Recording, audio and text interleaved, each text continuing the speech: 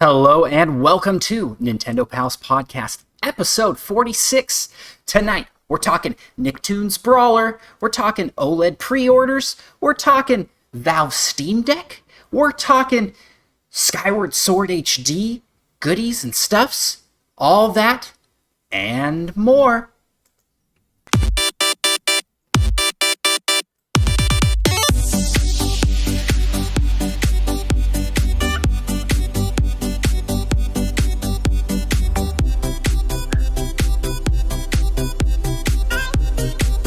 So, Micah, you know how I was saying, okay over there? Hopefully it's quiet. Oh, it wasn't too loud for everybody listening, apparently. So chat says it wasn't too loud, but that intro was so loud in my headphones, like a punch to my head. Wow, what a great intro! Well, hey, I'm glad it turned out good in the recording, because in my ears, I just got obliterated by that intro, and it just gets me pumped because I'm here with my fellow Nintendo pal, Micah.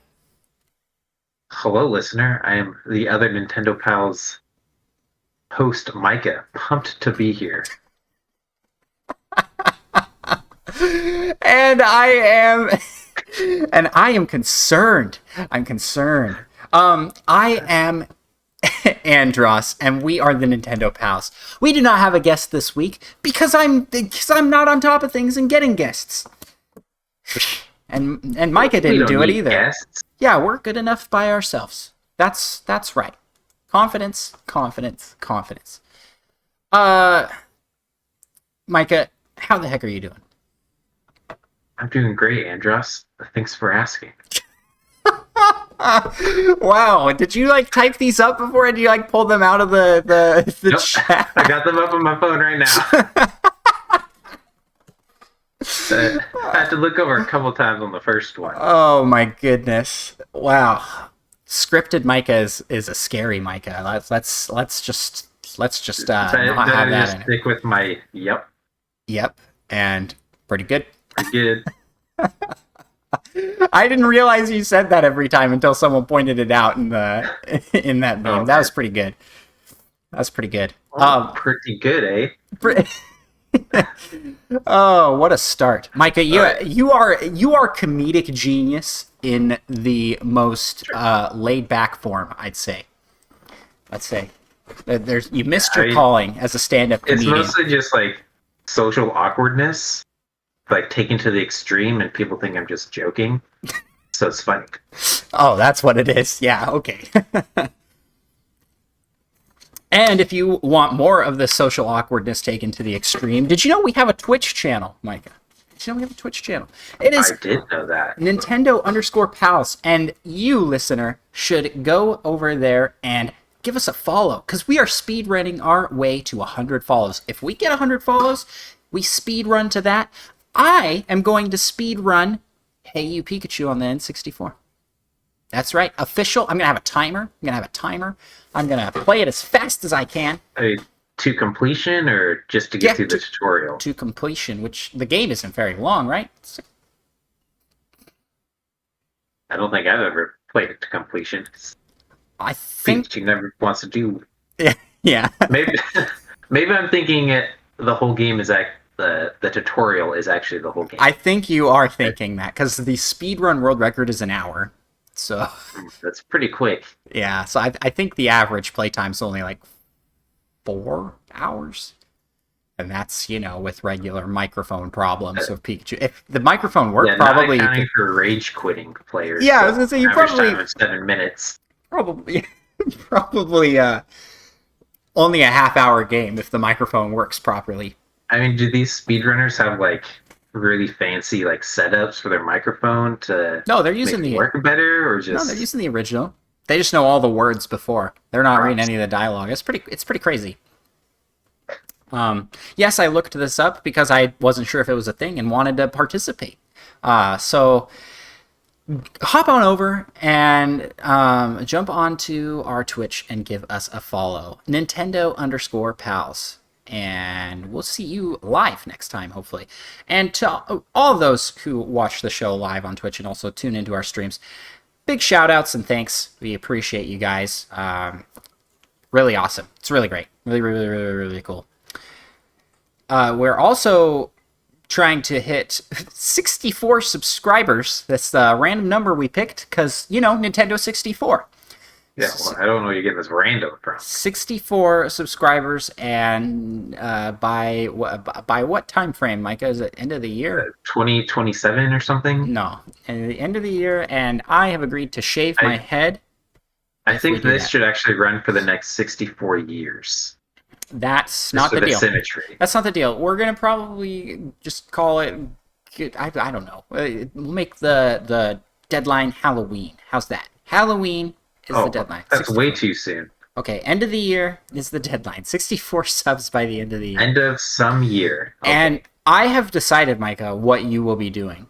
I've decided that Micah will be doing a hot tub stream if we hit 64 subscribers. Are you going to be buying me a hot tub? You can make it work. I think you've got a tub somewhere you can use. A small one. A small one. Yep. That's what we're gonna do. Hot tub stream from Micah. You can pick whatever game you want to play or whatever you want to do on stream, but that's what you're gonna do. I'm gonna shave my head. Muggles Moo suggested that we have 64 weeks. How many? And I like that plan. Mugglemoo also says your mom's tub is pretty big. Use that. Was that your mom joke? Just kidding. Wow. Yeah, I guess it kind of sounded like it, but we actually know Micah. We actually know Micah in real life and have been to his house and have seen the big tub. I just have to clarify that. Although I'm pretty sure it's broken, so at least all the fancy hot tub properties of it. Yeah. Yep, that's what we're gonna do. All right, you haven't disagreed. $14 in water. You haven't disagreed. So I think that's a guarantee. Hot tub stream with Micah. As long as we get to 64 subs in the next 64 weeks. 64 minutes. I almost said 64 months. Thanks to everybody who's gone over there and subbed. We appreciate it. There's no pressure to do that. You don't have to. But insider tip here, if you have an Amazon Prime account, you can actually you get a free sub on Twitch. So just sign into Twitch with your Amazon Prime and use your free sub for us to help us get that hot tub stream a reality. And have Andros shave his head. Oh my gosh. I really hope this... I actually kind of really hope this doesn't work out, because I like my hair. I like hair. It's pretty good. Well, how would you shave like half of it, like a Friar Tuck? So just a big old... Oh, heck no. If I'm shaving that, no way. I would do like a shave everything around and leave it on top kind of thing, like a mop. But not like all the way back. Like a mohawk. Like a mohawk. Just this front part. But just the front of my head. Okay. Yeah. All right. Well, yeah. So that's our plug for Twitch, guys. But you're not here to listen to that. You're here to listen to us talk about Nintendo, and that's what we're going to do in the first segment of our show, which is Whatcha Playin. Alrighty. Micah, what have you been playing lately? Well, I think most people probably know I've been playing Legend of Zelda Ocarina of Time. And that game is not as good as I remember it being. Just gonna put that out there. Wow. It is actually kind of painful at times. Alright. But I did finish it. I still only have one bottle. My wallet size is still the starting size, and I did not give any masks to anyone. So you didn't do any extras. You just played to completion, and you finished it. Yep. Wow. Yep. You really can't tell me it was a bad experience. Like, was it overall just okay? No, you really didn't like it, huh? I regret it just a little bit. Well, I also played Ocarina of Time. I was just kind of messing around with some glitches. Did you start running backwards to things after I showed you that? I didn't. trick. That just seemed like too much effort. It really Plus, at isn't. that point, I could essentially teleport everywhere I wanted to go. That's That true. required Yeah, long yeah, that's distance. that's true because you get the ocarina. Well, I messed around with some glitches, mainly the Navi swimming, I think is what it's called, where you stand on the They should ledge. call it Navi sinking because you weren't really swimming. Yeah, you stand on the edge of a water zone and swing your sword, and then talk to Navi, and you'll talk to Navi and just sink to the bottom of whatever watery spot that is, which lets you leave Lost Woods early through the little swimming gate. And I was able to enter the well early, so that was pretty cool. Also messed around with backwards running, which is faster, significantly faster than going forwards, even with rolling. I thought that was pretty insane how fast I was going. And yeah, I'm gonna hop back and stream some more of that because I got a bottle and I would like to try going to Ganon as Kid Link. I really want to try it. It looks fun. I've always been like, that's so cool looking, and there's enough tutorials out there I can do it, I think. Yeah, and I was actually a little disappointed with the last fight. I remembered it being better, but it was actually kind of simple.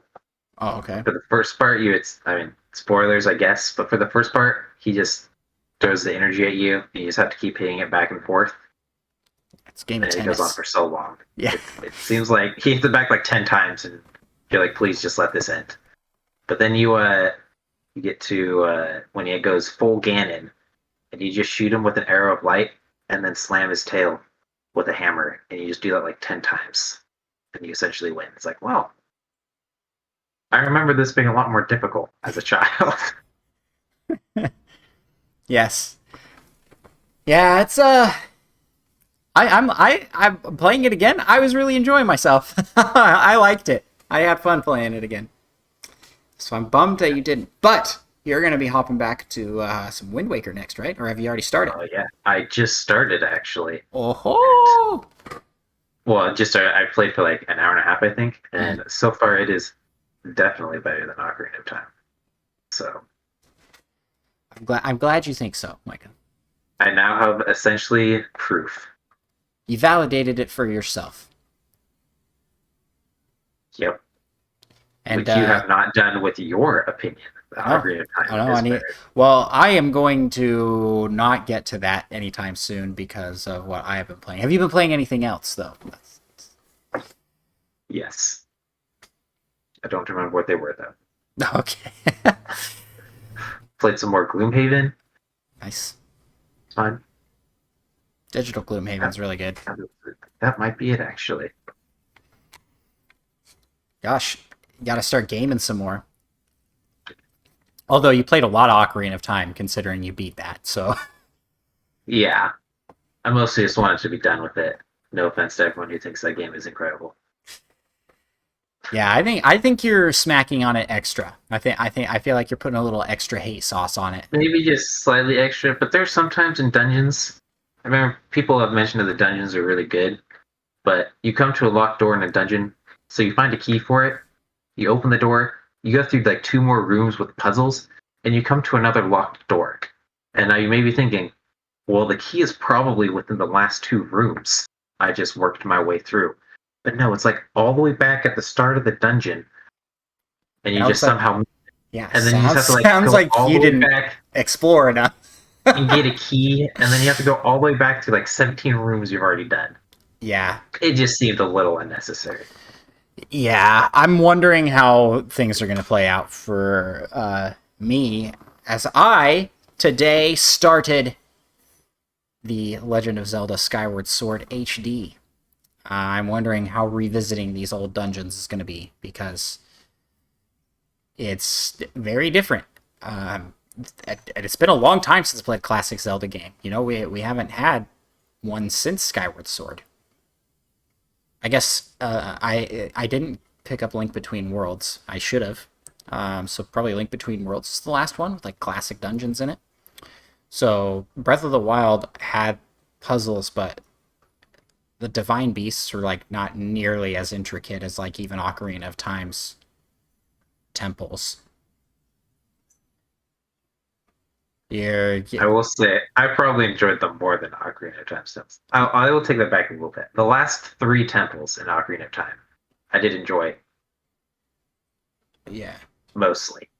No, It seemed like they got better. I'm saying that the divine beasts are not as complicated. They're not as long. Yeah, not as maze-like in Yes. some Yeah, cases. they're way more straightforward. There's some like puzzle elements to them, but it's mostly like solve a puzzle to get to the shrine kind of thing. And in the Divine Beast, it's solve a puzzle to unlock this point, solve a puzzle to unlock this point. There's no backtrack your way here, do something else, and then go back. There's that one temple in Ocarina of Time where you're child Link and adult Link, and you have to do the temple kind of like simultaneously. That one's pretty Yeah, cool. that was pretty fun. Yeah, but it's long. Like those are long dungeons that are going to take you way significantly more time than like a Divine Beast, I think. But I mean, I don't know. You would think. Some of the Divine Beasts were hard for me, sure. But Skyward Sword is awesome. I'm really enjoying it. I love the story and I love the world and the characters. Everything about it so far, I'm just like, man, this is just great. It looks fantastic in HD. Looks fantastic. Looks better than I remember it looking. I keep looking at these characters and going like, I don't remember this character looking like this. And it's probably because their faces are way crisper. And they're like way more detailed looking. Yeah, it just all looks so good. I was streaming it, so I was kind of going fast through it, but I really want to take the time to just walk around and talk to all the characters in Skyloft and explore the world. It's just fun. Like, so many characters have such personality, and I had forgotten some and like totally remembered others. Like who could forget Groose? Groose is the best. Love Groose. Yeah, he's definitely more of a turd at the beginning than I remembered. Yeah. And then I don't remember the shopkeeper's name, but I forgot about him and his like super over the top happy. And then there's the upgrade guy, and there's the potions lady and her husband that watches the baby on the side. There's a lot of personality to all the characters. Yeah. So Skyward Sword. And what else have I been playing this week? I always have to do this where I have to like jog my memory by actually looking at my Switch. I played some more Mario Golf and enjoyed that. Need to finish my story mode up in that. I've started another game and I haven't finished that one. And then played some Ring Fit Adventure. As always, I've been doing that, trying to do that every day. And really enjoying Ring Fit Adventure. I think it is a fantastic game, and it just keeps on going and keeps on getting better. Couple I'll talk about that I did some reviews for the Nintendo Dads. And if you haven't checked out their podcast, definitely go give them a listen. Induction and Mina and Michi. Mina and Michi was very Four Swords adventure-like. And then Induction is a puzzle. I don't really know what to compare it to. Yeah, it's like a Captain Toad like box like puzzle, but it's just shapes really. It's just like a single scene puzzle that you have to use time manipulation to solve the puzzles. So it's pretty fun. I was really enjoying it. I am a big puzzle game fan, so anytime I get a chance to try out those kinds of puzzle games, I will jump on it. So yeah, and that's primarily what I've played. Skyward Sword HD has definitely been my game of the week. I only just started playing it today, but yeah, holy cow, so good, such a great game. I'm giddy with the features they added. Seriously, the free moving camera. This feels like a new game. It feels like a brand new game to me, and Yeah, that's practically like my biggest complaint of Ocarina of Time is you don't have like the camera controls Yeah. besides Can you the imagine though? Okay, but can you direction imagine you're facing. if they remake it? They probably will add that, right? Like Hopefully, they added it to Skyward Sword. It's from a time before a second joystick existed to use for that. Oh, that would be so amazing. I would just eat that up if they sold that. Wind Waker, does Wind Waker have a free moving camera? kind of. It has Okay. you can control left and right, and you can kind of like zoom out and back from like a higher angle and change that a little bit, but it's not quite like free. Yeah. Yeah, I wonder if HD has free camera or like more free camera. I don't know. I don't think so, but I don't actually know at all. You're playing it on the So GameCube, right? yeah, Man, you should just eat the $20 and get the HD one. You love Wind Waker so much. I And do, you but have I had to make my comparison fair. Or well, actually, it's not even original Ocarina of Time. It's for the GameCube, but they didn't really change anything as far as I know. And are the original graphics Wind better? Waker, Are the graphics I better? don't think so. It even Oh. stutters at times.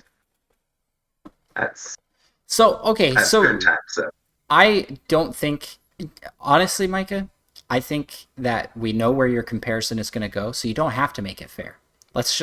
You should just go in and play the HD one, because you haven't played that one, and it's going to be like kind of a new experience.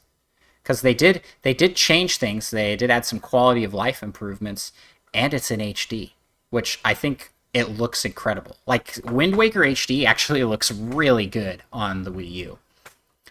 It is definitely I mean, so. I'm already like 2 hours in though, so I mean, it was only 2 hours. Come on. I'm like a whole bunch of side quests and stuff. I I had know, to but find some kids just feel playing hide like and seek. I feel like as a true fan and supporter of Wind Waker as being like the number one game, you kind of owe it to Nintendo to buy it again and to buy the better version, Well, what right? if they're gonna release it on the Switch?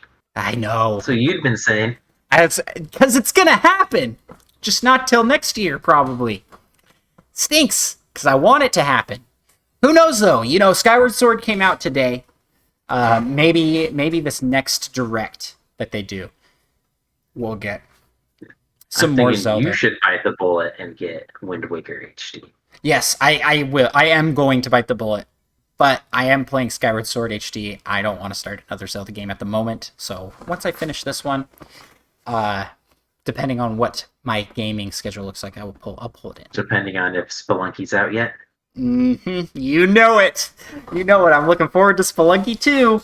My goodness, it needs to come. It needs to come. It's supposed to be in the summer. We're halfway through the summer.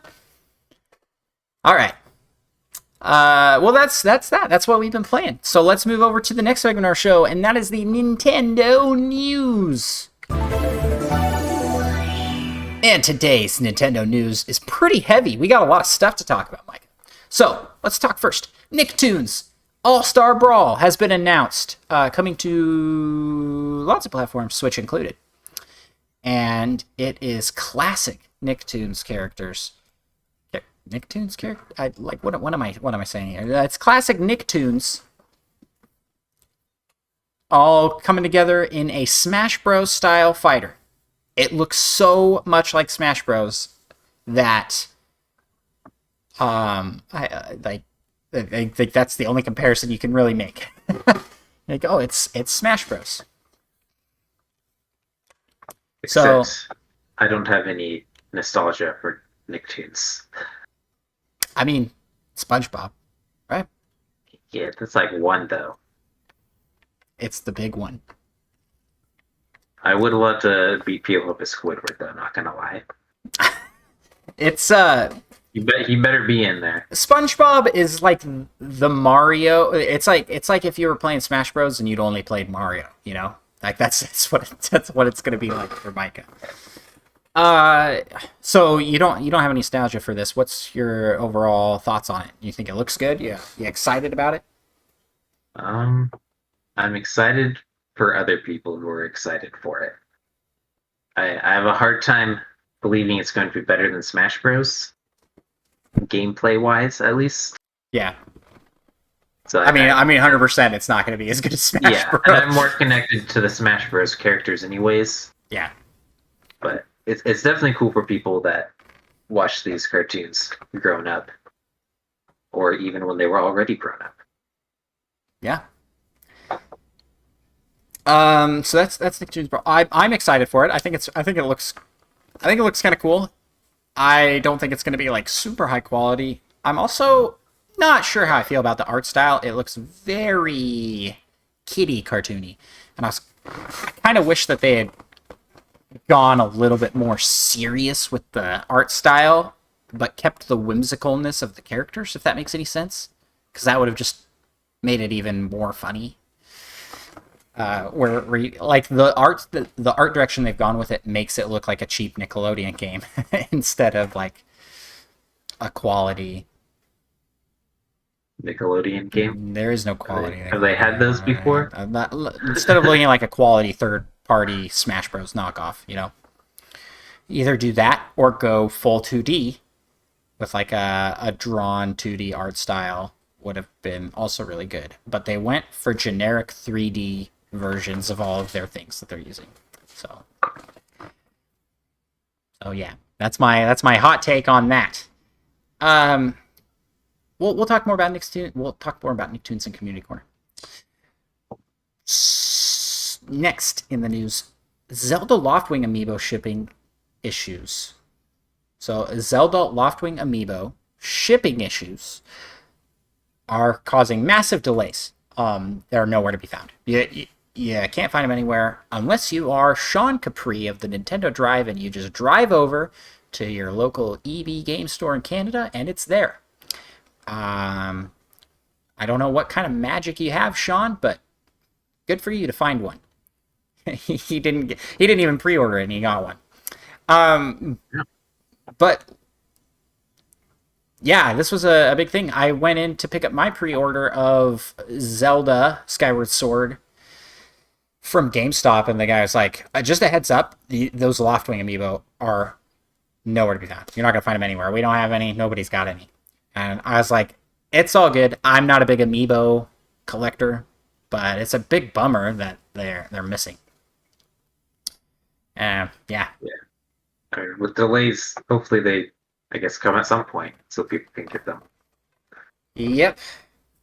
So it's a little bit of a bummer. I was talking to a guy at the shop, and he was in line in front of me, and he was saying that he's probably gonna pick up the like little NFC tokens and make his own Amiibo for it, since he's not gonna be able to get his pre-order in time, and he wants to have it for the game, for the actual game feature. Yeah, makes sense. Makes a lot of sense. But speaking of pre-orders, Switch OLED, which has been charmingly nicknamed the Swoled. Switch OLED, Swoled. Swoled pre-orders sold out almost instantly everywhere.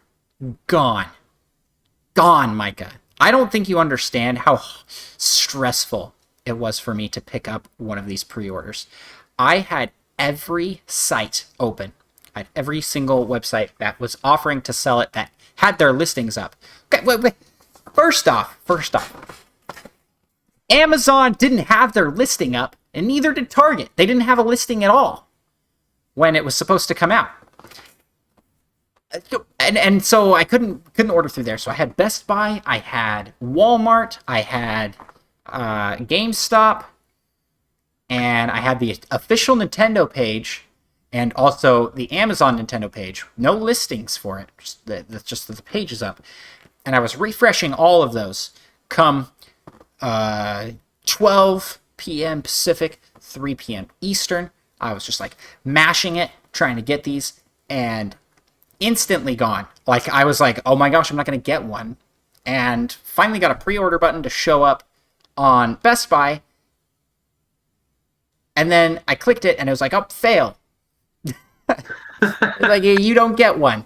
No, it said you'll have to you'll have to wait, or something along those lines. I've got it. I've got the image somewhere here that I shared. I was just like so frustrated with the whole process.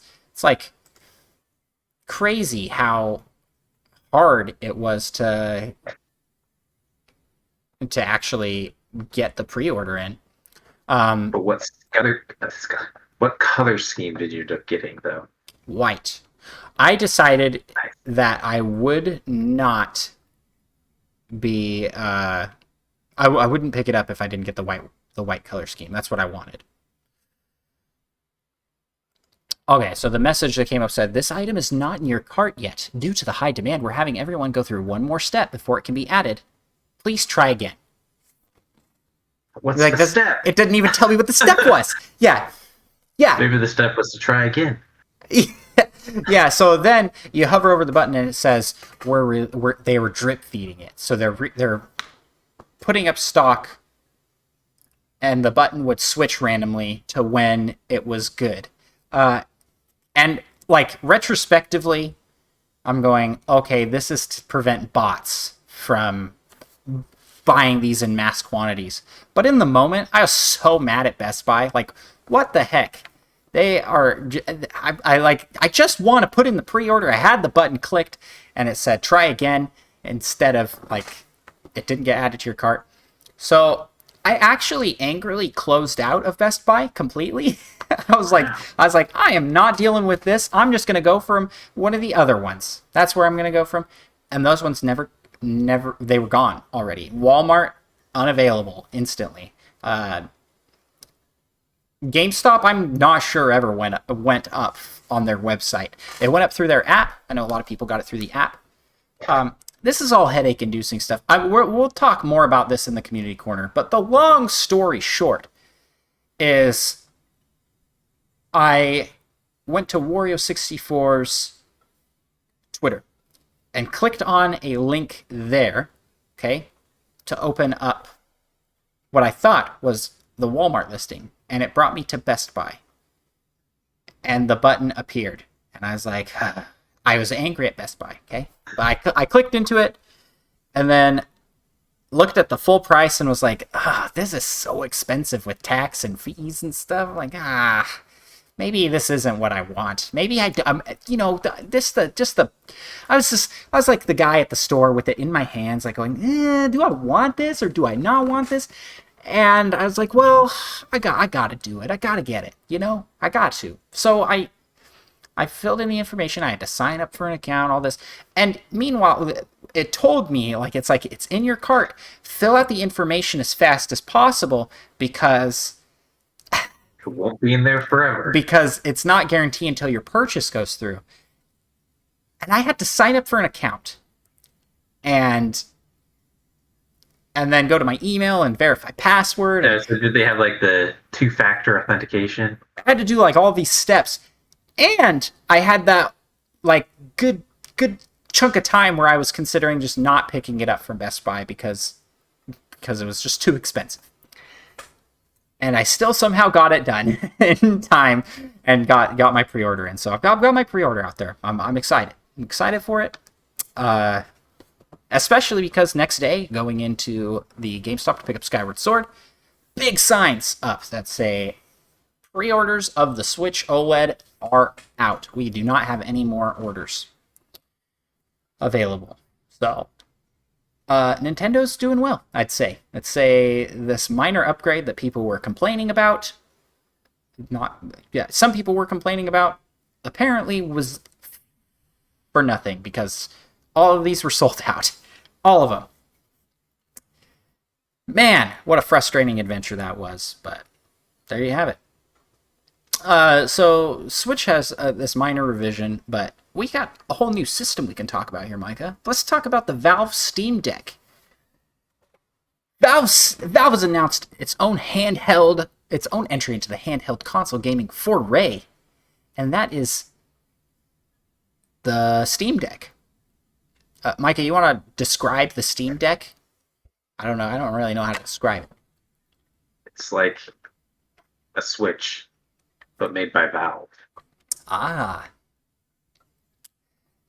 It's a little more computer-like, I guess. Yeah, it's supposed to it's advertised as PC gaming on the go, right? Like that's what it's for. It's not a Switch in that it has like a dock and can hook up to your TV. Although it can hook up to your But TV, it right? can, yeah, and it has some USB ports so you can hook up a mouse and keyboard, I assume. So to me, this is seeming like a portable gaming PC. But that's kind of what gaming laptops are. It is a little more portable, I guess. Yeah. This is more. Well, this is more. It looks more like a handheld, right? Yeah. Did you think it looks like the Game Gear? You had a Game Gear, did you?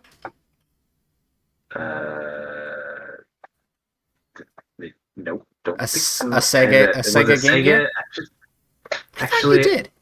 I think I did. I don't know if it ever worked. Oh, okay. That sounds about right. like ever able to play it. Yeah, we. So I think it looks like. I think it looks exactly like it. It's kind of bulky looking, and I don't know. Like the joysticks are in weird spots. They're at like the very top of the system. Like the gamepad, wasn't it? The Wii U gamepad. Yeah, I never really felt like the Wii U gamepad was super comfortable, but maybe that's just me. You liked it. You played with that like exclusively. That's how you played Smash Bros, right? Probably. That's probably. I didn't have that many controllers, so. Yeah. So, should Nintendo be worried, Micah? Nah. Yeah, that's like, Switch you're not OLED. gonna be able to play Nintendo stuff on it. Switch OLED sold out instantaneously. I don't think this is really designed to compete with Nintendo. Like it is, and it isn't. It's designed to be another handheld gaming device, but it's just different. It's a PC gaming device. I think it's cool. I think it's very cool. It's something I'm interested in. I probably won't pick it up because I have a gaming PC and I have no desire to play those things on the go. And I just feel like the power sacrifice I would get for playing that on the go is too much. Like I don't want to be able to play those on the go because for the types of things I generally use my gaming PC for, I wouldn't necessarily want on the go. Yeah. But supposedly you'll be able to download stuff onto it like a computer. So here's some big brain strategy here from this Nintendo only guy. What if you got Game Pass and you got this thing and this becomes your new portable Xbox, right? What about Epic Games? They were giving out tons of free games, right? So you could have a huge library already built up, installed on this thing. I mean, everybody that has a Steam account has games on there that they picked up for like $1 on sale, right? Or Humble Bundle's always giving out Steam codes. Classic Steam. I don't even play PC. I don't even play PC games like that much at all, and I have a pretty big library on my Steam account. So I think there's some benefit to that. So I don't know. I'm curious to see how well this will do. I think people will buy it. I hope it does good enough because I want to see more gaming systems out there. It shouldn't be locked down to the big three. It should be. We should have more. More choice is better. Yeah, it could be nice for LAN parties. You don't have to bring a giant desktop. True. Just bring that over, a monitor and a keyboard and a mouse. Man, yeah. Well, you don't even need the monitor because it is a screen, so you could play Depending on that. on what kind of games you want to be playing, you might want to use a mouse. So it's kind of a little small. What I'm saying is you could use the mouse still. Yeah. With that as the screen. But yeah, you're right. Anyways, that's too much Valve for one Nintendo podcast, I'd say. So let's move on to the next topic here. But I'm excited for this, and I don't see it as a threat to Nintendo. I don't look at things like that. Anyways, I don't think Nintendo's going to be worried about it. I think they'll be excited about it, honestly, because Nintendo paved the way for this handheld market. It's cool to see other companies come in and do stuff with that. Nintendo is always the trendsetter. They're always the trendsetter. You remember when they did the Wii, and then Xbox is like, well, we got motion control too. Woo-hoo, with our Kinect. And then PlayStation just straight up ripped off the Wii and had those like wands. You know what? Like, that's just Nintendo will always be the innovator, and then these other guys will come in and they'll do something similar. And sometimes it'll be really cool. I think Kinect had some really cool features. It's really like some advancements. But they're not innovating in the same way, you know? Like they're innovating on the graphics end. Generally a little safer. Yeah. They don't do such bold innovations. Yep. Anyways, that's the Valve Steam Deck. So speaking of portable, how about watches? Watches are portable. That was a terrible transition. I knew exactly where you were going with that. Nintendo's teaming up with Tag Heuer to make a luxury Mario themed watch. We talked about this last week, but the watch has been announced. And did you see it, Micah? I have. It looks pretty cool. It looked pretty much just like a watch. I didn't Mario head, but then at times it's like a full picture of Mario and other things. Yeah, so it seems like the watch itself doesn't have too much Mario-esque things on it. Like, it has some like little Mario symbols, but it's just a black watch. And it's a smart watch of sorts, and the screen just has a lot of Mario stuff. I think. Has like a couple touches. I think there's a little mushroom on the outside of the dial, although that might actually just be part of the screen. I'm not 100% sure, but I don't think it is. And then it has like a Mario hat, I think, when you change the time. Yeah. Other than that, I don't... It's very subtle. It's very subtly Mario, except for the face with the screen on it. But I'm wondering, is that part of that watch specifically, or is that like a Tag Heuer like theme you download? You know what I'm saying? Like, I don't know if you've messed with smartwatches too much. I don't have one, but my wife really enjoys like wearable smartwatches, and you can like download themes and have different face plates and things. So that could be that's all that it is. And to me, that's a little disappointing. I felt like the watch was going to be just like a fancy watch, but I guess smartwatch, I mean, it is the future. Like, that's kind of like where it's going. $2,000, I want like a fully life-size inflatable Mario to come out of it or something. Yeah. Is it $2,000? I think so. I haven't really looked into the press, but I saw something. Alrighty, well, we're going to need more than 64 subscribers on Twitch in order to be able to afford this watch, y'all, so please subscribe.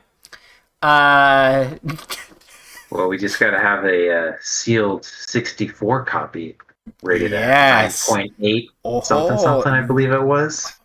Micah, you should be hosting. You should be doing this whole segment, because that was the smoothest transition I've ever seen. Because Mario 64 box copy sold for $1.8 million at auction. That is right, crushing the previous record from last week. Okay, so literally Friday. I feel like a bunch of rich people just got together and like, you know, it'd be like a really funny prank if we just started buying these old games for way too much money. And they all did their rich people laugh.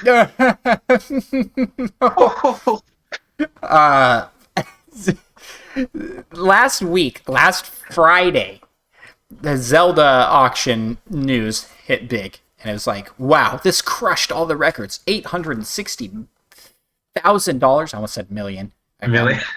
$860,000. That's what it's trending towards.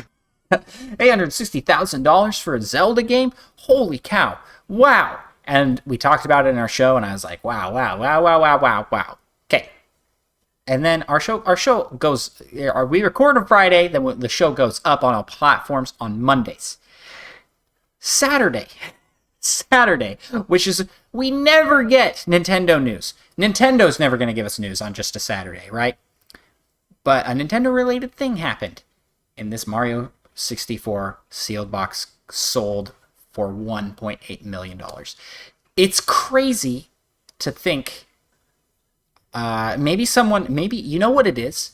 It's probably factions among the rich.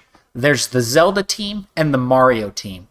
And the Mario team wasn't going to be outdone by Zelda. I mean, and so that makes just about as much sense as anything at this point. And so they went in and they bought that Mario 64 for $1.8 million. Wow. That's a lot of swoled. That's what I'm gonna say. You can buy a lot of swoleds with that 1.8 million. You could. I just can't fathom. I can't fathom having this much money to spend on Mario 64. I hope they open it up and play it. Because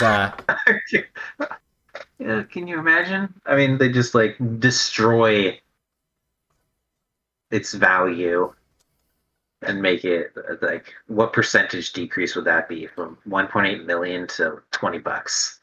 Yeah, K9 in chat says that's a lot of McChickens, and that's all right. That is how we measure. I could live off of that many McChickens, and the thing about McChickens is I could buy all of them right now, and they'd still be good for the rest of my life. Pretty sure those things never go bad. That's debatable, but also kind of true. Just put them in your freezer. Buy a few freezers while you're buying those McChickens. A few thousand freezers for my 1 million McChickens. And you're just crammed full. Your whole house is just freezers and McChickens. Boom. I have like a secret basement with like a fancy elevator going to it, and I'd bring all my guests here, and they'd be like, "Wow, what's under here?" And we just come down to just rows upon rows of freezers with McChickens inside. What a dream! What a dream! That's come join us in the Nintendo Pals bunker during the apocalypse, where we will have McChickens galore for all. So yeah, that's that news item. Let's move to the next one. There's my transition. Skyward Sword HD has launched, and what a time it has been playing Skyward Sword HD. But also, we got some really nice Joy-Cons. And for the video viewers of the podcast, I will show off my set of said Joy-Cons. Wow, they look so good. So you got a nice, for the left Joy-Con. The left Joy-Con, you got a nice blue with the crest, the Highland crest. And then you've also got the purple here. Yeah, you can see the reflection there. It's just so, I am blown away, honestly, because I thought they looked cool. And I was like, I'm going to get these.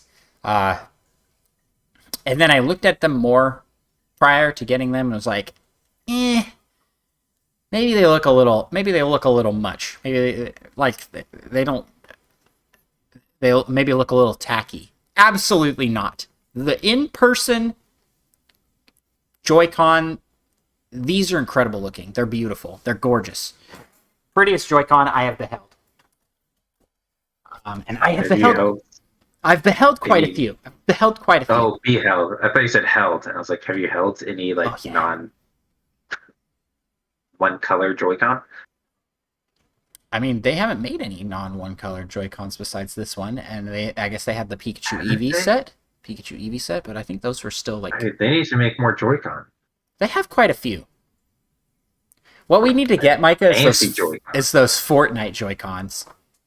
Oh yeah. I need me a set. I need me a set of PLE Joy-Cons. Yeah.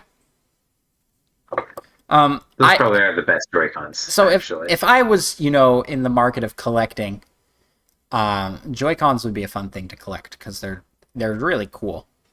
I don't know. Maybe Nintendo will just sell the shell, and you could just have the shells and like display them as artwork. That'd be cool. Speaking of artwork, my Nintendo reward for Zelda Skyward Sword HD will be out soon, announced by Nintendo. This is an acrylic wall piece, and let me just pull up the info on that because there is more to this story that I don't have written down in our notes because I'm just a scrub. Let's see here. Boop, boop, boop, boop, boop.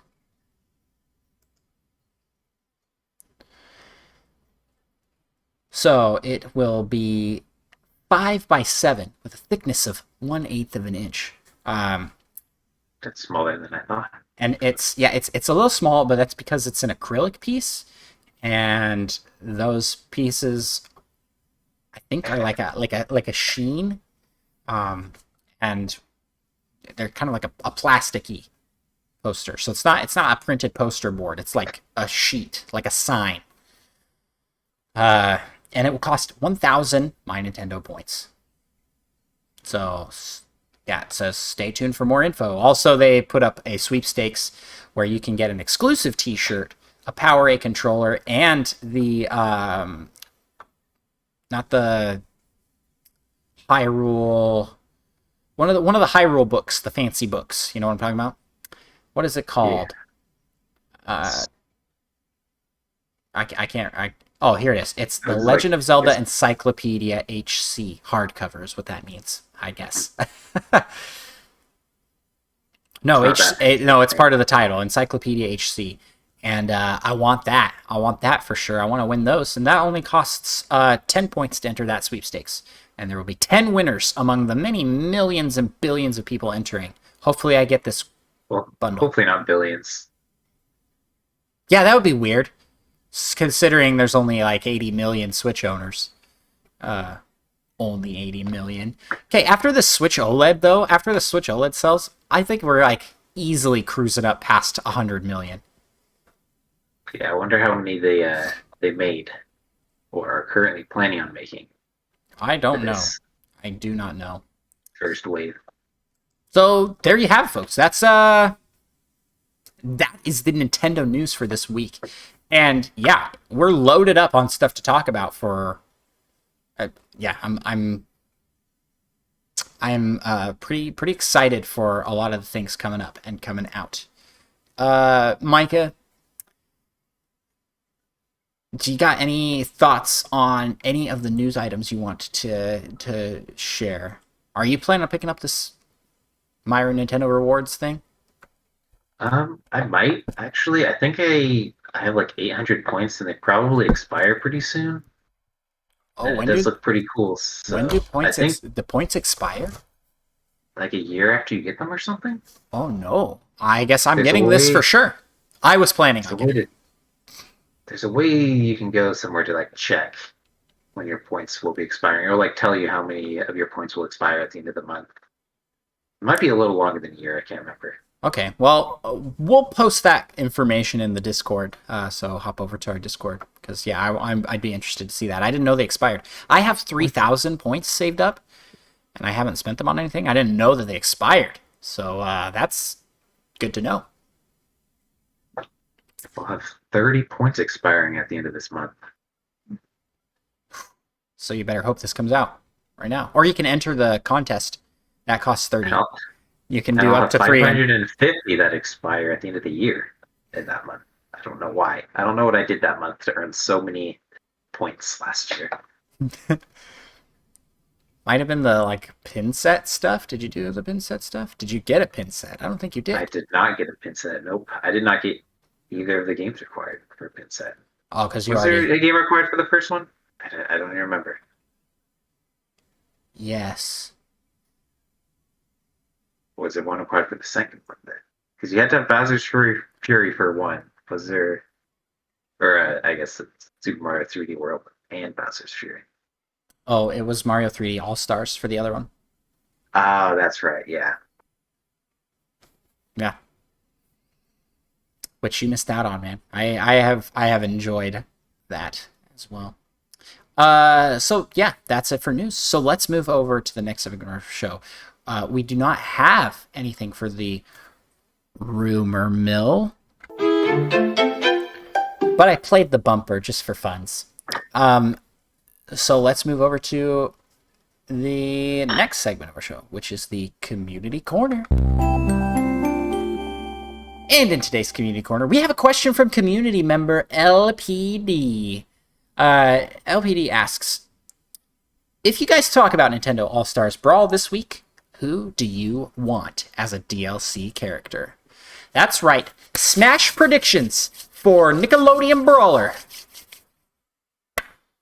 What do you want, Micah? I want Cat Dog. It's like one of the only ones I can think of right now. Cat Dog. Cat Dog is a good pick, I'd say. What shows? What Nicktoons did you watch? Like none. I've seen like a few episodes of Cat Dog. A few episodes about some like, I almost want to say beavers. I feel like they can't be what they were. Yeah, two angry beavers. Okay, yeah. That's a show, yep. I mean, besides SpongeBob, not much. SpongeBob's quite the show, though. Gosh, I'm gonna have to have a memory jogger on the shows out there, but I had an answer to this question. I had like a really good answer, I thought.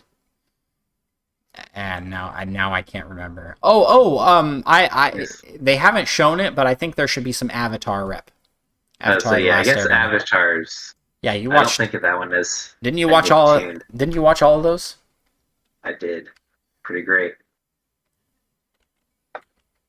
I don't know how to spell Nickelodeon. Nickelodeon. Yep. Cartoons. That's what I'm looking up here. And I'm not going to hit any of the bumpers by accident. That's my goal. Yeah, so we've got just a list here. I definitely enjoyed SpongeBob.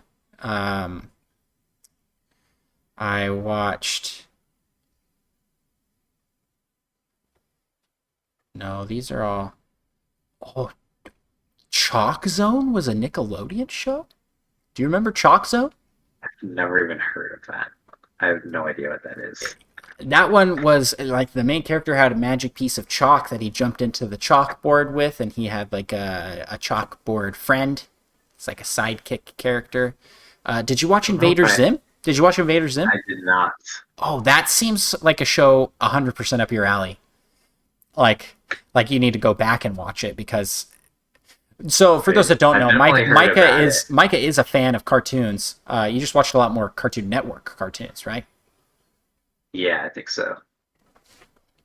I don't think I can't really think of any of those I watched either now. So they didn't show anybody from Jimmy Neutron. They didn't show anybody from Fairly Odd Parents.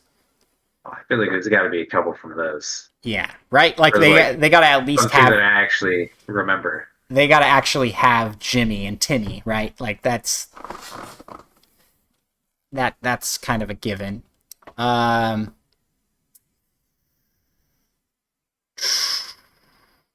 and the Power of Juju. That was a short run on that show. Wow, there's like a lot of these that I didn't really think about. Kung Fu Panda. They had a show for Kung Fu Panda, but that's owned by DreamWorks. They're not going to have that in this game. It's like Nicktoons exclusive. The Wild Thornberries, which they do have Nigel Thornberry. So that's interesting. Hey Arnold's in there. They got that. Yeah, so if they have those, it's like, okay, yeah, they're going to have Jimmy Neutron. They're going to have Fairly Odd Parents reps. Like, they've got to, they're right? Just saving those to hype people up right before it comes out. I guess so. Maybe. Doug.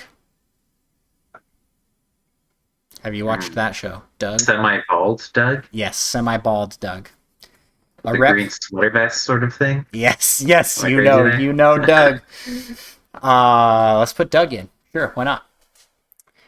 They didn't put any Rugrats in, but they put the dinosaur from Rugrats in. The Rexar, something like that. I think Reptar. Reptar sounds right. Maybe. They also have Arthur. Is that a Nicktoon? No, Arthur is not. Although I kind of put him and Doug in the same boat for some reason in my brain. I think they have similar clothes. It's because they both wear sweaters. Arthur just has like yellow instead.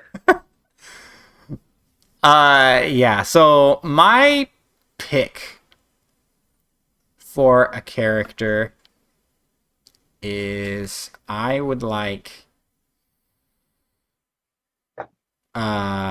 This is I'm stealing from our Discord, but Crimson Chin from the Fairly Odd Parents would be an absolute hilarious addition. But I really would just like an Avatar Last Airbender rep. I think that would be cool. They have Ninja Turtles in there. I feel like it would just make sense to put in. They're probably gonna have Aang. And I mean, Aang would be a little too overpowered, you'd think, though. And maybe they'll put in. What they should do is put in Sokka. Yeah, that's who I want. I want Sokka with the boomerang. The true hero of that TV show. Yeah. Or I can't remember his name, but the uncle, the Fire Lord's uncle. That's who. Oh, Iroh? Iroh, yeah. I take it back. Iroh is actually the true hero of that show. Yeah, he's the best character in the whole series, man. So yeah, that's what I think should be in there. I'm just looking through. It's only Nicktoons, huh? Because it'd be pretty funny if they put in Drake and Josh. Let's put it. Oh man, that'd be great. But that just opens up a whole new set of things that could be in there. I mean, who knows? Maybe there'll be with the DLC, they could be more crossover characters. Yeah. Let me just say that I hope that this game does well, because I want more games like this. I think Smash Bros is awesome. But could you imagine a Smash Bros, but the characters are characters from book series? So we've got you could have Brandon Sanderson Smash Bros. I mean, I was about to say, all you need is Brandon Sanderson. You can fill out a roster. But even just throwing in a bunch of characters from popular fantasy novels would be really cool. I think that would be cool. You have Harry Potter in there. Very difficult to pull off, I assume, with all the different copyright issues and whatnot. Okay, so how about Smash Bros, but with superheroes? Yeah, that'd be a lot easier. Marvel does their own Smash Bros. Because they've done fighting games. Yes, I know they've done fighting games. And Smash Bros. Let's get into a fight here. Is Smash Bros. A fighting game? Yes, it is. That's 100%. It is. It's just a different style than the traditional. No, I'm causing a fight with the internet right now. That's what I was wondering if you're expecting someone to disagree with you or something. Nah, yes, I am expecting people to disagree, because they'll be like, "Oh, it's not a true fighting game because this is." Yes, okay. Let's separate these out. We've got the Street Fighter, Mortal Kombat kind of fighting game, and then you got Smash Bros. Kind of fighting game, right? Are you punching someone in the face? Well, I think you're fighting then. So it's a fighting game. Yeah. But what I'm saying is Marvel has done all these Street Fighter-esque type games, and they've done Marvel beat 'em up. More beat 'em up-ish. They haven't done a Smash Bros. Style with their characters, and I think that would be really successful. I also think it could be successful with the DC. DC did the whole what is that game called? Injustice. Yes, thank you, Micah. Injustice. I would never have remembered that. I was nowhere near. So Injustice, and it's not Smash Bros. I'll tell you that. If they did a Smash Bros. Style fighter where it's a platformer fighter, man, I just would like to see more games like this with different IPs. Nintendo's always going to be king in this regard because Nintendo has such good IPs to be able to use for those. And Sakurai, they have him. He's the mastermind genius of the formula. But doesn't mean other people can't make ones that will be fun and cool too. They just won't be quite as fun and cool. Yeah. PlayStation tried. They did the PlayStation All-Stars. I forgot about that. Yeah. How did that do? Not well. Not well enough. And didn't they do a sequel? They might have done 2, but I don't think they did any after that. They did try to change it up while having that same sort of style. What we really need is an adventure game. An adventure game with a big crossover. And I talked about this in our Discord. Games with these big crossovers are always going to generate just tons of hype because it reaches into little pockets of all of these spots. So something in there is going to appeal to you, right? Like, I might not be the biggest Ren and Stimpy fan, but I like SpongeBob, and there's multiple SpongeBob characters in this game. So, boom, pull all these together, and suddenly I'm interested in these other things, like Ren and Stimpy, or I don't even remember the other shows that they mentioned. Monsters, Ninja Turtles. Like, if you're a huge Ninja Turtle fan, you're gonna buy this because it's got some Ninja Turtles in Smash Bros. Right? Aren't you a big Ninja Turtle fan? Not like, I wouldn't say I'm huge. I guess you're a huge original Ninja Turtle game fan. Yeah, Ninja Turtles in Time is the only one I played. Wow. And I was a fan. A huge Ninja Turtles fan. No, I never did. That's what some people. Yeah. I wouldn't say I'm huge because I was like a second generation Ninja Turtles fan. I didn't get into it in the original Ninja Turtles era with like the 80s cartoon. No, I got in with like the early 2000s cartoon, which was like more comic booky style, and we had all the toys for that, and so yeah, I was a fan of that, but not enough to go buy a Nicktoons beat 'em up game for just to play the characters. But some people are. That's what I'm saying. And for all of these things, there's some people that are going to go, "Oh, this makes this an instant buy for me," and that's a good thing. Crossover games like this are always going to generate that kind of hype.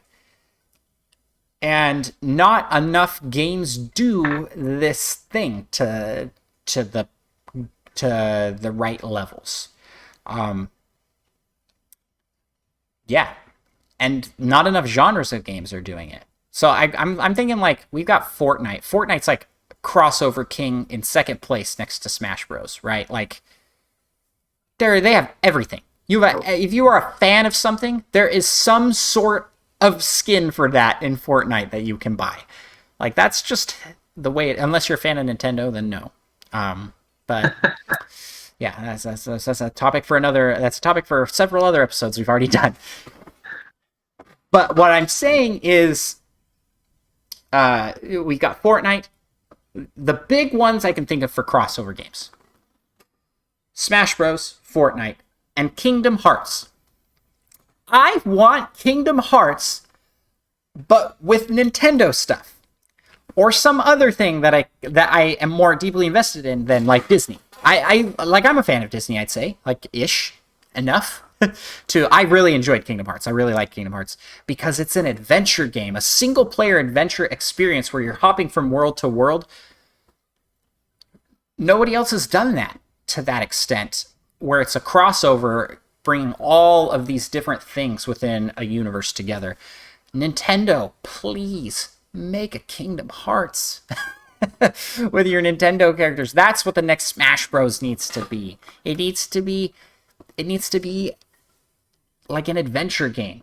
It shouldn't be Smash Bros. It shouldn't be Smash Bros. Smash Bros should stay its own thing, and we should get a proper sequel to that. A new genre. A new game that also does this major crossover where you're hopping from Mario to Donkey Kong to Pokemon to Zelda to Metroid to all these different universes and worlds, and it ties it together somehow in an adventure. Oh, that would just be like the dream game for me. The dream game for me. So I want more things to do this because I want these publishers and developers to realize and know, like, oh, this stuff generates hype and gets us money. So let's do more. That's my That's my rant about that. That's what I got. Micah, what would you like to see Smash Bros? What? I'd definitely be down for what you just said. Also, now I really want a Brandon Sanderson Cosmere crossover game. That's right, Brandon Sanderson. We know you listen to this show because you know we're big fans of your work, and we're homies and whatnot. Yeah, clearly you're also a big fan of what we do. Clearly. So since you're listening, definitely free idea. I'm sure. Actually, I'm like 100% sure he's already thought of this idea and would do something like this because he's talked about making games, wanting to make games for. Yeah, I believe he has. He said he has some sort of game thing under wraps planned. Yeah, but he can't really say anything about it. I think he said it's something like a pretty large studio or something like that. It was like seemed like real carefully worded. Please be Nintendo. Probably not. Nintendo's not gonna jump into an IP like that.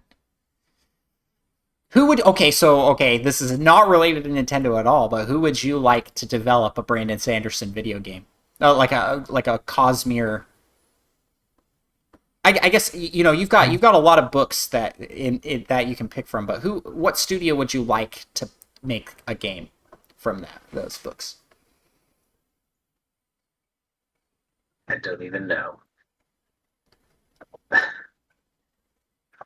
be honest, I don't really remember studios that well and what games they make. Yeah, I like dream scenario for me is that the team behind Breath of the Wild makes a Stormlight Archive video game. Like that Monolith. Monolith Soft would actually, yeah. Monolith Soft worked so that Breath of the Wild was developed by first party Nintendo with also Monolith Soft. Monolith Soft, man, yeah, that would be sweet. That would be such a good game. Classic Metroid Prime era retro. Okay, so you want retro in on it? Well, yeah. I'm sure they've probably changed quite a bit since then. They would probably, but like classic retro would probably make a really good Mistborn game. Right? Like they'd nail that atmosphere. They would just nail it. But thinking outside of Nintendo, I don't know, like Bethesda? Bethesda seems like they would do something cool like that. Maybe a little buggy, though. Yeah, that's the problem with Bethesda getting involved. No offense, Bethesda, but it's true. Yeah. Doesn't mean your games aren't good. Sometimes. Wow. Shade thrown at Bethesda.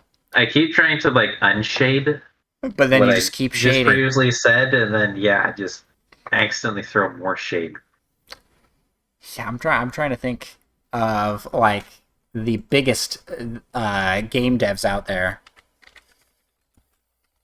Because this is a fun question. Let's have Tencent.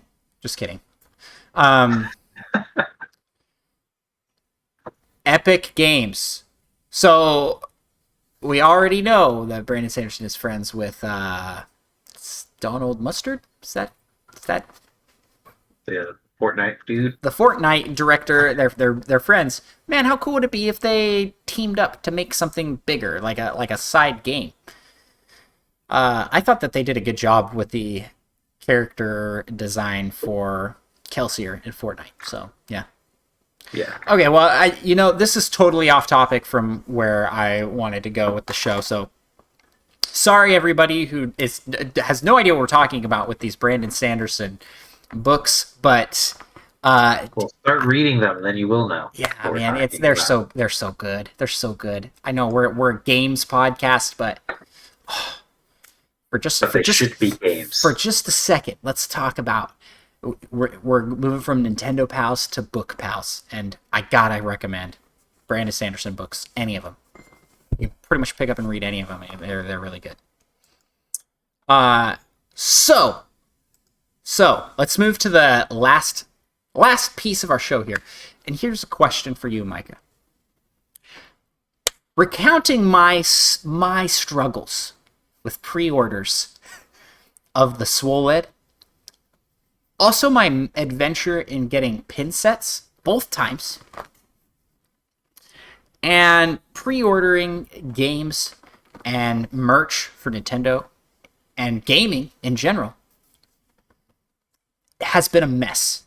It's been a disgrace. Let's be real here. It's been terrible. It's been horrible, horrible, horrible. We have moved. COVID kind of forced a digital market, like much more so than normal, but we were already moving this direction, right? We were already moving to the direction of digital pre-orders and digital sales of things. And it has been so rough that people to this day are struggling to get PlayStations, are struggling to get new Xboxes, because there's not enough product out there. The retailers put them up, they're gone instantly.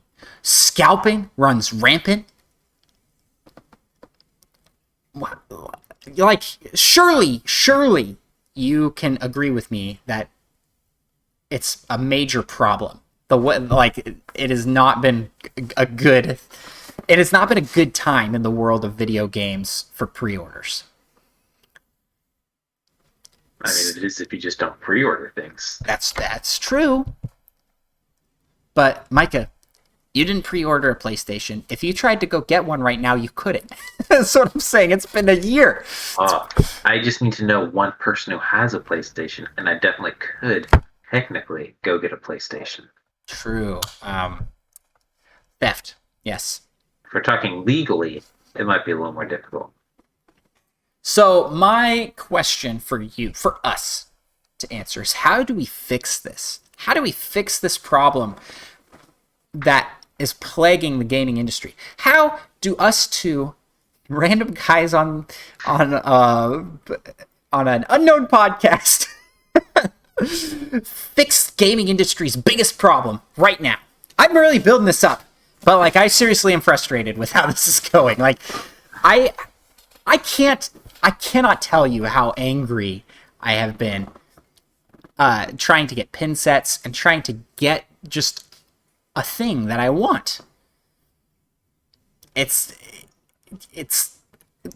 way more difficult than it should be. So how do we fix it? You got any ideas, Mike? How does this problem get solved? The death penalty for scalpers. Oh, I was very confused by what the death penalty for half of the world's population. Then there will be more things for us all to have. What is it? No. Not a solution. When I first watched like Avengers, Infinity War and Endgame, I was like, wow, Thanos, what a psychopath, eliminating half of all life. But now when I apply it to pre-ordering games, it's starting to make a lot more sense. That's why he did it. Yeah, he just was mad that he couldn't get the pin set wave 1, so he eliminated half of the universe so he could get his pre-order in. No, pin sets. The thing for me is, like, I feel like pre-orders should be out early enough that they can produce to match the pre-orders, and you don't have a cap on the pre-orders. I feel like that fixes the problem. Maybe it's oversimplified, but that would definitely be nice. But I mean, I don't know how long it takes to make some of these things. Like how long out in advance they would have to do that to be able to like guarantee they'd be able to make enough. Yeah, I think for the hardest things is physical merchandise, right? A Switch OLED is going to take a lot more to produce than a new game will take to produce, right? Like that's just the way it is. And we've got parts shortages which are leading into that. But in my mind, at that point, you just go, okay, We're going to calculate for these part shortages. We're still going to put the pre-orders out because they want to sell as many as possible, right? So put out the pre-order forms without a date, and then you go, this is how many pre-orders we've got with no date for the Switch OLED. Maybe there is a date. Maybe it's a time frame, like fall. Estimate when they can get around to making your Switch. Yeah, OLED. Fall 2021 is when we're estimating that they'll come out or whatever, right? And then they put that out, and there is no limit to how many pre-orders you can do. And then they make that many. And some. Because you're going to sell... Think of it this way. Like, you and I both have some experience with Kickstarter. And Kickstarter is essentially a pre-order system. So, especially in the video game front, if you go out and you see a video game project you want to back, you go, I want that. And you put in your pledge, and you are promised to get that when it's done. They might not have a release date in mind yet, but you're promised to get the game because you pledged X amount. Everybody that pledged that amount, when the game is done, is getting that game. And they're getting more. And if you pledged this amount, you're getting the cool physical merch with it. Maybe you're getting a t-shirt. Maybe you're getting a collectible statue.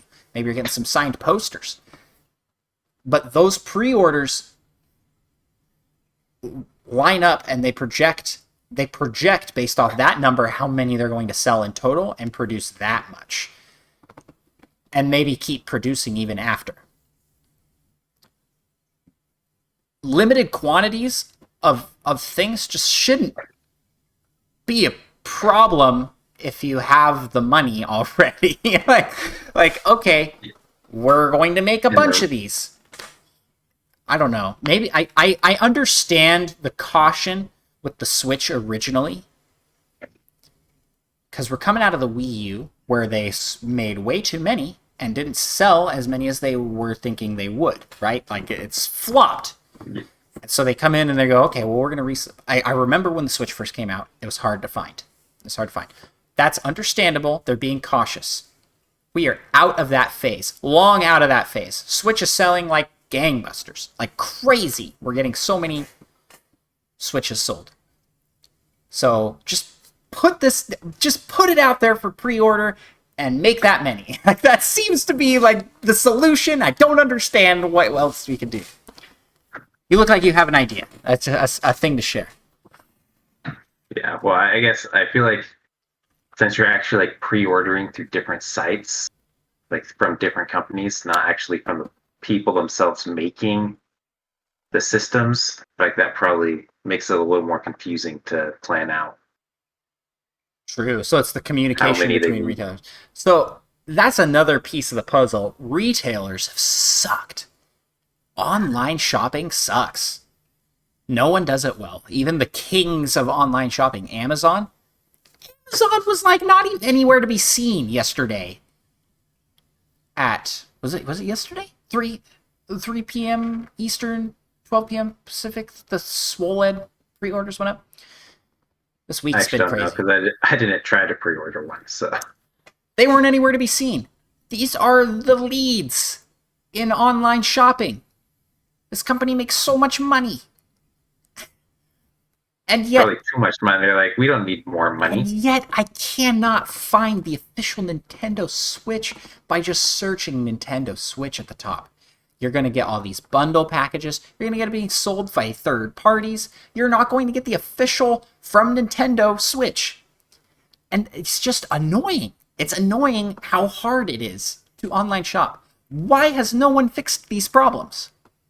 But to be fair, it's easier than going to a store.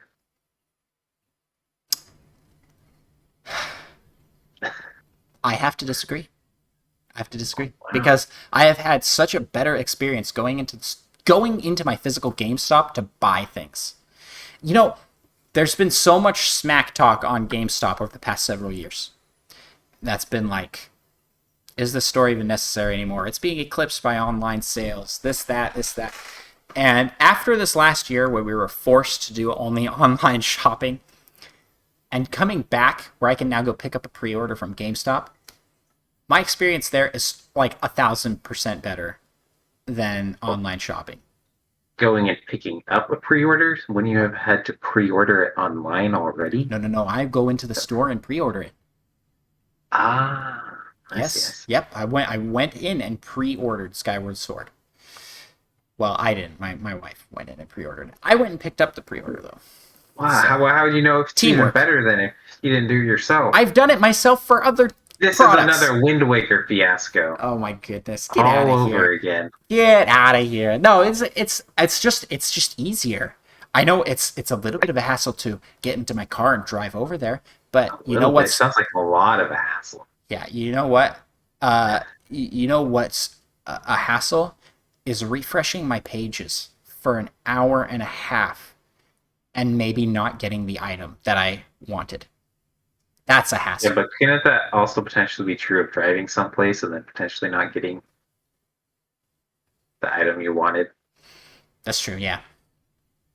Yeah, especially if it's like a release. We have done that, actually. When we went and got the Switch originally, it was like driving from store to store. Oh, no, they don't have it. Oh, no, there's a line. We're not going to get it in time. It's just insane. Yeah.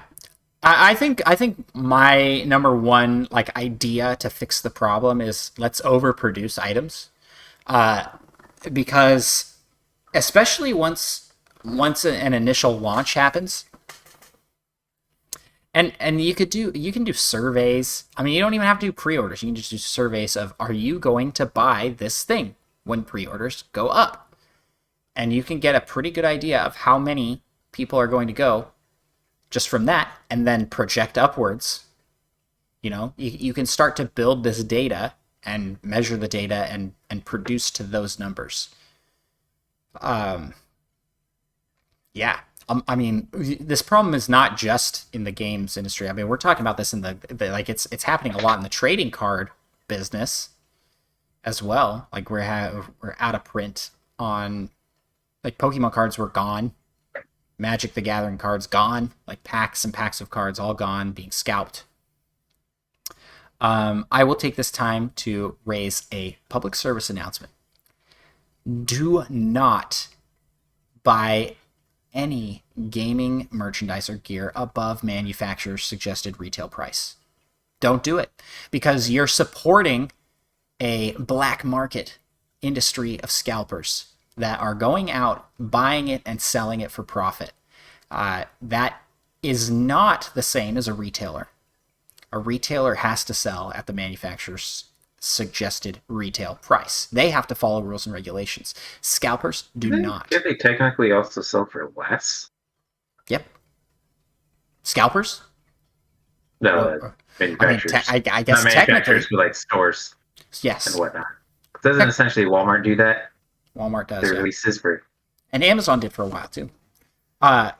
So this, we'll clip this and put it out there, that do not buy any gaming products above manufacturer's suggested retail price. Like, what you should do is, if you go online and see people scalping things, selling them, you should meet up with them, pretend you're going to buy it, and then just pepper spray them in the face. That's what we need to happen. We need more of those, and more of those experiences. We need to make scalping I'm just going to clarify, dangerous. you probably shouldn't try that, because that's probably a little dangerous. Yeah, let's not fight fire with fire. Let's just fight fire with ignoring, right? Like that's what we're gonna. If no one buys those, then it's not a sustainable market, and no one's going to be able to do that. No one's going to be able to resell for profit brand new products. I know as a parent, and I know as someone who wants to get a gift for someone, it's frustrating because you want to get the thing for X holiday, birthday, there's the list goes on, and then that's new things out that person wants, that kid wants, and you can't get it for them because it's out of stock. Don't turn to scalpers. Don't do it. We can't support that. We just can't. Yeah. And we starve them out. If we starve them out, they stop buying them, and then more products are available. We're not going to have bots out there buying up hundreds of these things to be able to resell for profit. We're not sustaining icky people. That's what I'm saying. And that's I think that principle is more important than getting the thing for X holiday gift thing. I know that's an important thing, but it's going to be better for everybody involved that you wait and get it at the manufacturer's suggested retail price. Get it the right way. Don't turn to those scalpers. And you can always do the IOU. Like, we're going to buy you this. It's currently sold out everywhere, but we're gonna buy it. We're gonna buy it for you, and that's your gift. And get something else in the meantime. Because yeah. That's my suggestion as a gift giver. As someone who received gifts as a kid, I would be really excited to just know that I'm going to be getting one, even if I can't get it right away because they're sold out everywhere. Because it's cool. You're like, oh, it's sold out everywhere. That means it's really cool. Yeah. So just wait. Get it from an actual retailer, a trusted retailer. And you can get these things from local game stores and shops as well, but just don't get them at marked up prices. Don't do it. Yeah, that's that. This is kind of an iffy zone to talk about scalping, but we cannot support scalping because it's bad for everybody. It's bad for everybody. These people aren't into getting this because they're not getting it because they're into the games. I mean, I guess Nintendo's probably like, this is cool. I mean, they don't really care. They're getting their money, but it's not good for Nintendo because the people buying them aren't using the products. And you want people that are going to use your products and enjoy the products and buy more of your products. So I think it's just all around not good. And it's not good for the scalpers because it gives them a false sense of accomplishment in doing wrong. That's just the way it is. You guys are a bunch of meanies. That's what y'all are. Yeah. Okay. You should feel bad. Wow, we've really smacked on. I hope none of our listeners. I hope there aren't any scalpers in here listening to us. So. Yeah. If so, we're sorry that you've chosen. We'll forgive you eventually. You've chosen the lifestyle you've chosen. It's a little. Yeah, we're not angry. We're just disappointed. Yep. Yes. Okay, let's end there. I think that's a good spot to end our show. I just want to give a big thanks, a big shout out to everybody who is listening. If you would like to hear more of what we have, why don't you subscribe to us on your podcast listening app of choice? Why don't you leave a 5-star review? Because you know what? Okay, every app has something you can do, right? Bare minimum, you can listen to this because in the algorithms of that app, it's going to boost us up. But apps have other things you could do. In Google Podcasts, you can heart that thing, and that actually moves. I think that actually moves us up in the rankings. Plus, actually, that's probably even easier than listening to us this whole time. Just saying. That's true. Apple Podcasts, you can always leave a 5-star review. Those are awesome. They boost us not only on Apple Podcasts, but on plenty of other podcast platforms that pull from Apple Podcasts and rank us based off those ratings. And we have just solid 5-star reviews all around. And big thanks to all those who have left us a 5-star review. You can just go on there and be like, wow, these guys are awesome. I love Ocarina of Time. Or I love Wind Waker. 5 stars. 5 stars. One of those things. You can also follow us on social media platforms. We are on, I want to highlight TikTok. we're posting clips from our Twitch channel on TikTok, and also clips from the podcast. Just funny things that we make or do or say or think over on TikTok. Listen, I am not a TikTok user. Okay, I'm an old man. I'm I got 3 kids. I'm too old to be on that platform, but I'm there anyways because I'm making stuff for it. I am not asking people to go use these platforms. No, I'm asking for you to exclusively check out our content on these platforms. Don't use it for anything else. Just use ours. Just look at our stuff. So yeah, go check out our TikTok. We're also on Instagram, and we're putting lots of fun. We're putting some of those same videos, but some exclusive pictures and content there. We are on Twitter, and you know, Twitter is a just pot of negativity. But if you want a pot of positivity on Twitter, you go to the Nintendo Pals Twitter account, because everything on there is going to be positive and awesome and nice, and you're going to love it. It's going to be, if you just are there and you just see that, like, you're going to think Twitter's the best social media platform in existence. I'll tell you that. I'll tell you that much. I can promise you that. Those are the social medias that we're on. TikTok, Twitter, Instagram, Twitch.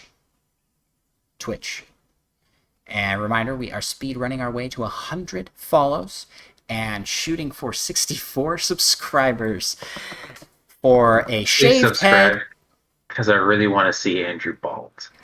Yeah, and please subscribe because I really want Micah to do the hot tub stream. Yeah. Sure. I'm so excited about the prospect of that. I think that's hilarious. It's going to be so fun. I should probably start, like, working out or something.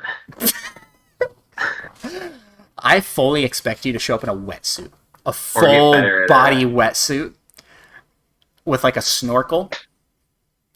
Oh, and flippers. I don't have either of those things. That's what I fully expect. Just do you have, like, one of those little turkey baster things? Those are the things I'm talking about? We, like, suck out all the juices. Yeah. What are you planning to do with that? I could practically use that as a snorkel as long as I don't have to breathe that much.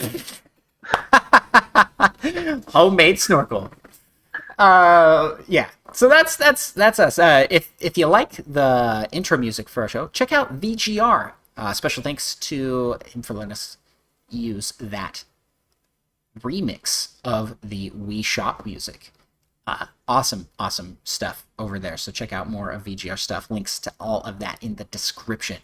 And, you know, I told you about all these platforms. You don't have to go look them up. You can just look in the description of this podcast that you're listening to, because the links are there. The links are there. All the links. Yeah? What? Yeah? That's my link impression. All the links. All the links. Every link. Okay, well, that's a wrap. Don't think I've played those Legend of Zelda games. Yeah, quite those sounds. Micah, can you leave us with a closing remark? I can. Now that I have played both of these games recently, I can definitively say that Wind Waker is better than Ocarina of Time. By so much. It's actually... Have a good night, y'all. A much bigger difference than I was expecting. Okay, all right. That's enough of a closing remark from you, bud. We'll talk to y'all next week.